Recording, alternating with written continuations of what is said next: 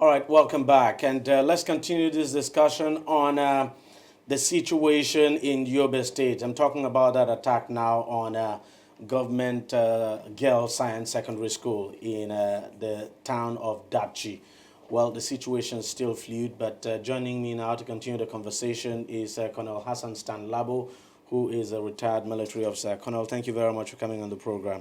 Thanks, man. Colonel, you must be disappointed that this would happen again. Yeah, of course. Naturally, every Nigerian will be disappointed that we are going through this all over again. I think it could have been avoided.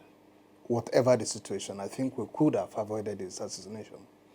Because obviously it appears we did not learn from the incidents of 2014. That's a clear import.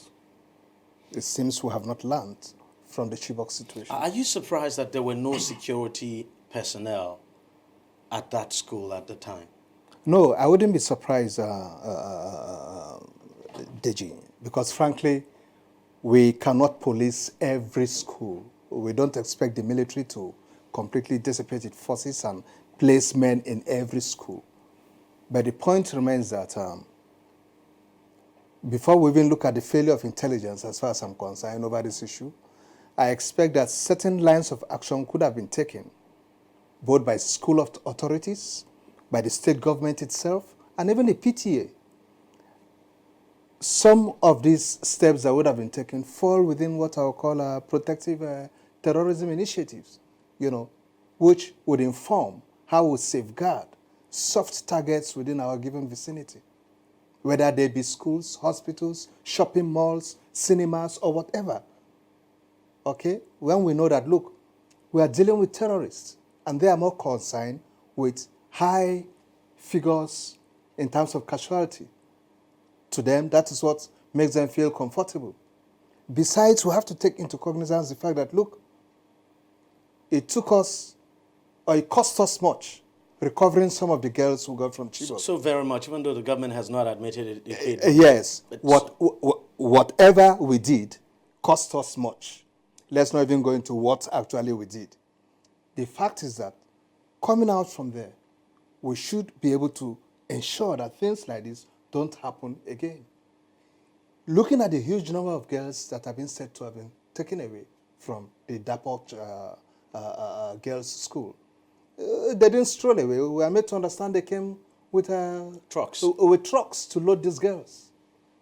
This is the same scenario that played out in the And they didn't come in Chibok. stealthily. They were shooting in the air and all of that. Yes. So, what happened? What happened? How come information did not get to where it should get to? One. Two, what went wrong with certain intelligence mechanism that could have been placed around by the military? There are lots of questions we need to ask to unravel what actually happened in this school in Dapchi also. What's the name of the place?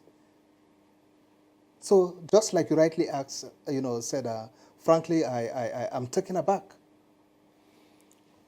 It's really baffling because nobody would have imagined that 2 years or so down the line we'll be talking about the same situation we saw in the town of Chibok. And unfortunately, not all of those girls have been released. And now you have this. We don't even know how many.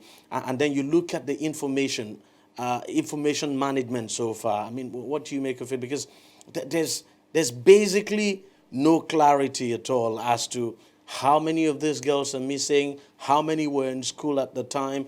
At some point, we had the state government issue a statement to say some of the girls had been rescued by the military.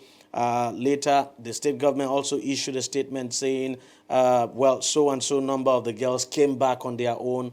Then the state governor at some point coming out to say nobody had been rescued. Information has not been well managed over this situation, DEJI, frankly speaking. There seems to be so much conflicting information out there, such that, in fact, when we come on air like this, you hesitate to drop any figure or say anything that might further aggravate the situation out there already.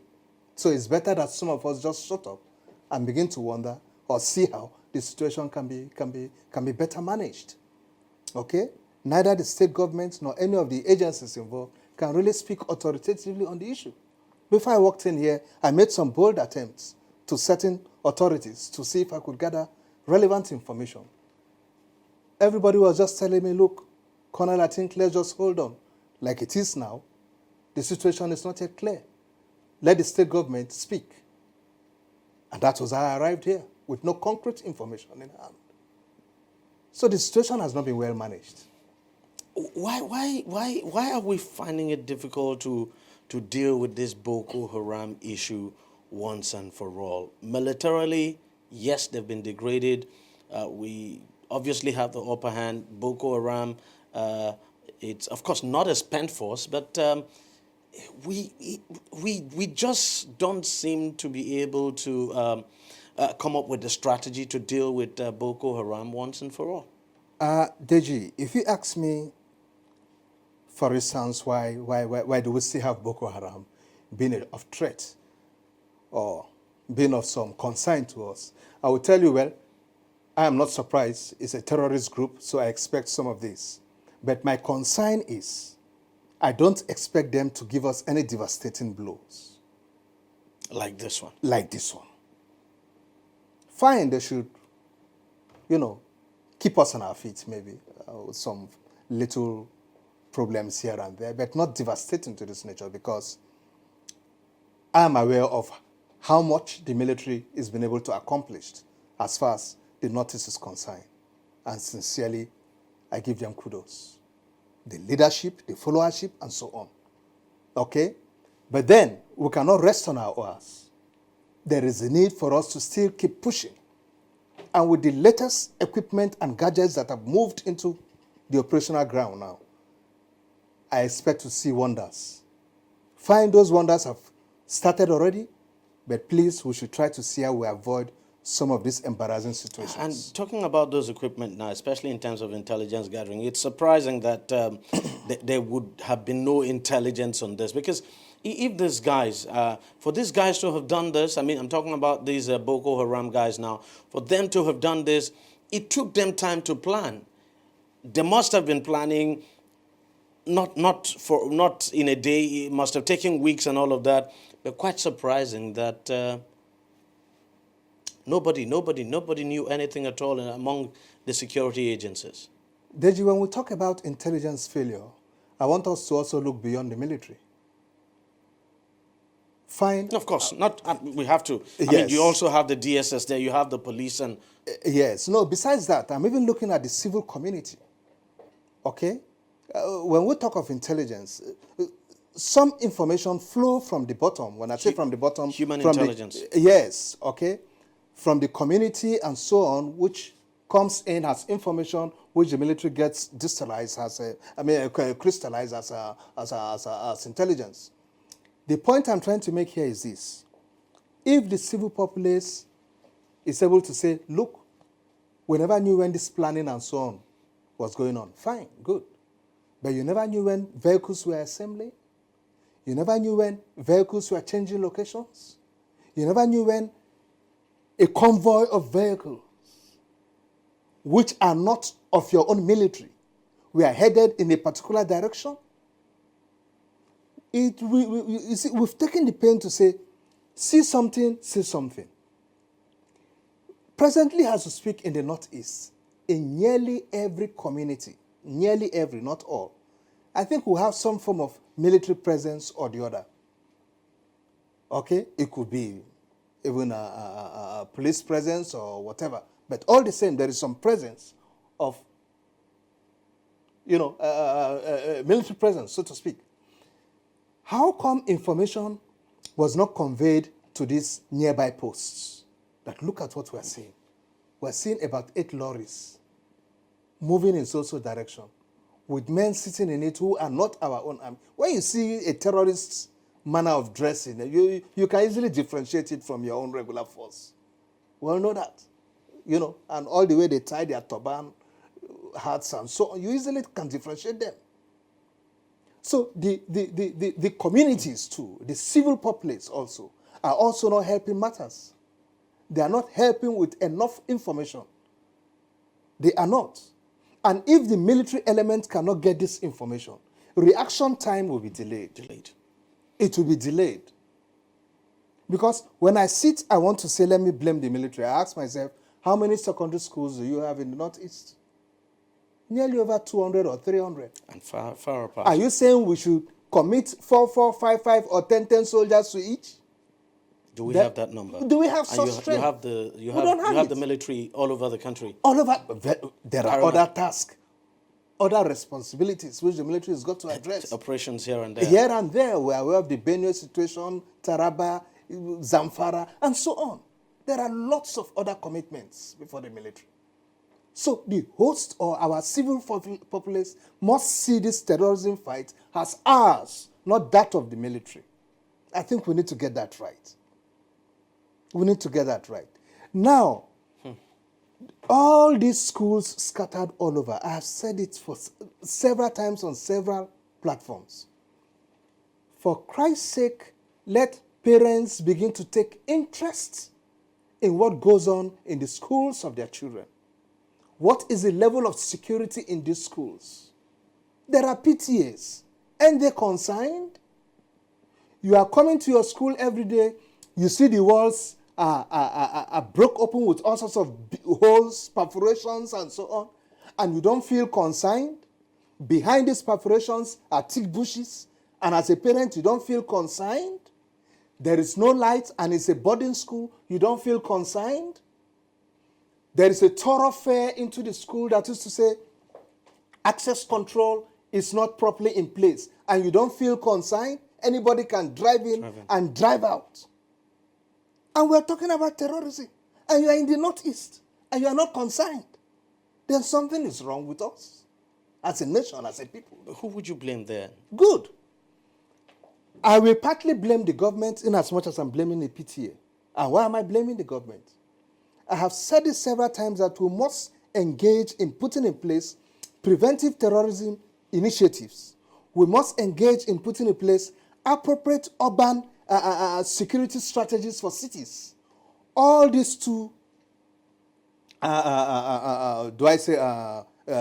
innovations I've come up with would go a long way in protecting critical national infrastructure within our vicinity.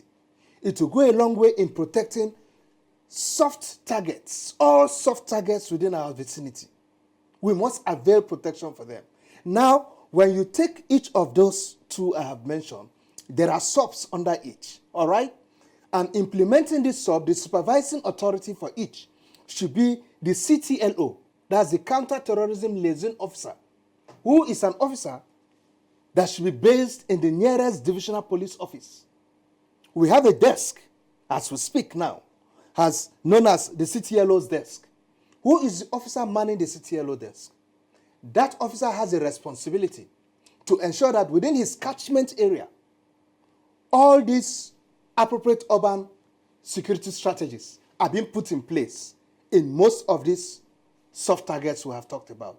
So he does not just sit there warming his seat.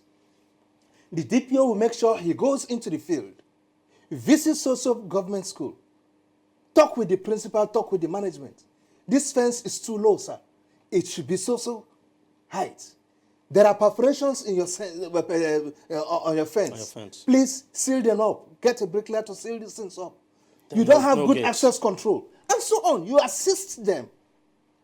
The National Orientation Agency should come out with leaflets stating all security steps that is expected to be taken in malls, in public offices, in our private homes, in hospitals, and so on. And distribute them appropriately. Place them in ShopRites, place them everywhere, in cinema halls and so on. So as you are walking in, you pick a leaflet and it's telling you about what to do in your office as we are here. What are we expected to do here? What is the situation with your main gate? Who is your security man? How much do you know about him? Can you vouch for him? And so on. What is the locking system? And so on. Which is your critical point? Probably where your safe is. What is the layer of security around it? The gate, the fence, and the wall is the outer layer. What is the inner? And then the most inner layer of security. These are things they should come out and discuss, put them on these leaflets. I have never picked a single leaflet. Never. When you discuss with Nigerians who are facing this situation, they are as blank as anything. What is the NOA's job? If we don't have the right man there, let's get the right man that can do this job for us. There are lots of issues. We don't seem to have the right people in the right places. And so, leadership is equally as confused as the followership. We've got to do something and not just fold our arms and cry. Chibok came, we complained. It is now Dapchi. Tomorrow it will be another. It's obviously a failure on the part of everyone. On us all as a nation, and that was what I said. It's a failure on us all as a nation, from leadership to the least bottom. We have all failed. We have failed these little girls. We have failed completely, and we must accept it and stand up and pick up our responsibilities. It's really baffling that, to be candid, that this would be happening, and I don't know. It's just difficult to explain. It's difficult to explain this, and it's difficult to understand. Quite difficult. The Chibok incident didn't happen 50 years ago. Yes. It didn't happen 100 years ago. That's 2014. It happened just 2014, and then it's repeating itself. And the international community will be laughing at us. The international community should be laughing at us and wondering. It's shocking. And wondering. It's shocking. I can imagine how many schools we have there too that, would just be left like that. Till today, even as we talk in Lagos, you still find schools with all those inadequacies we're talking about. Exactly. We still find schools with them. Are we waiting till Boko Haram gets to Lagos before we address some of these issues? We just don't seem to take security serious. We don't. Connor, thank you very much for coming on the program. I appreciate that. Well, we'll take a short break, and when we come back, we'll wrap things up. On DEJI360, we don't just ask the questions. What is wrong with amending the Constitution the way the National Assembly members have been doing it? We seek answers. Constitution is constituent. Our problem is not lack of laws. Our problem is lack of the willpower to implement our laws. Answers that provide clarity. While we negotiate, we should try to make it a point that the girls must be complete. The clarity you need to make informed judgment so that you can make the right decision and take action. People are saying it is you politicians that are responsible for this, that you are the reason why this is happening. All these dollars that call themselves governors in this country. I wish we had people like Tony at the National Assembly. God forbid that I go to join that panel. DEJI360, providing clarity to issues.